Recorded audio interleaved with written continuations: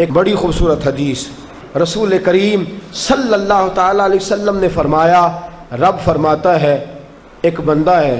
उसको मैंने आंखें नहीं दी, अंधा है, पैदाइशी अंधा है या बाद में किसी वजह से हो गया, वो बीना नहीं है, नाबीना है, उसके पास आंखें नहीं, लेकिन उसने जिंदगी भर सब्र किया, सुबह क़यामत वो खड़ा हुआ तो रब ने करीम ने फरिश्तों से फरमाया, फरिश्तों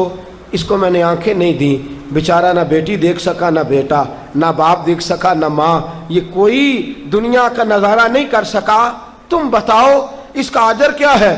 फरिश्ते कहते हैं मौला जन्नत का आला दर्जा दे दे, अल्लाह इसे बेहिसाब बख्श दे, या अल्लाह इस पर रहमतों के दरवाजे खोल दे, या अल्लाह इसको नवाज दे।